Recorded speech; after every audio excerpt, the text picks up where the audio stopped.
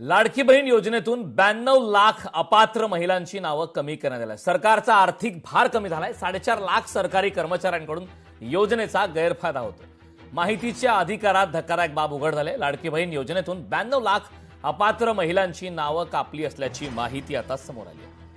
तर या परिणामी सरकारचा आर्थिक भार कमी झाला असून तब्बल 4.5 लाख सरकारी कर्मचाऱ्यांकडून या योजनेचा गैरफायदा घेण्यात आल्याची माहिती आता समोर आली.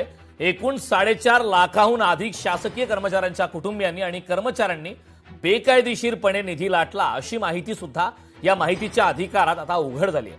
दरम्यान राज्य शासनाद्वारे राबवण्यात आलेल्या संपूर्ण पडताळणी आणि ई-केवायसीच्या मोहिमेनंतर महाराष्ट्र शासनाची महत्वाकांक्षी मुख्यमंत्री माझी लाडकी बहीण योजनेचा आवाका हा मोठ्या प्रमाणावरती कमी झालाय.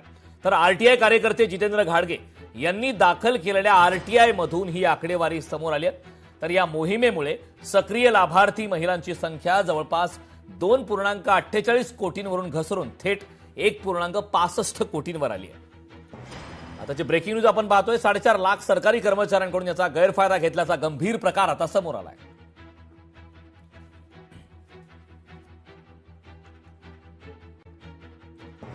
लाडकी बहीण योजनेतून तब्बल 92 लाख अपात्र महिलांची नावं कमी करण्यात आली. माहितीच्या अधिकारातून आता ही धक्कादायक बाब आता उघड झाली आहे. सरकारचा आर्थिक भार कमी झाला. 4.5 लाख सरकारी कर्मचाऱ्यांकडून या योजनेचा गैरफायदा घेतल्याची माहिती आता समोर येते.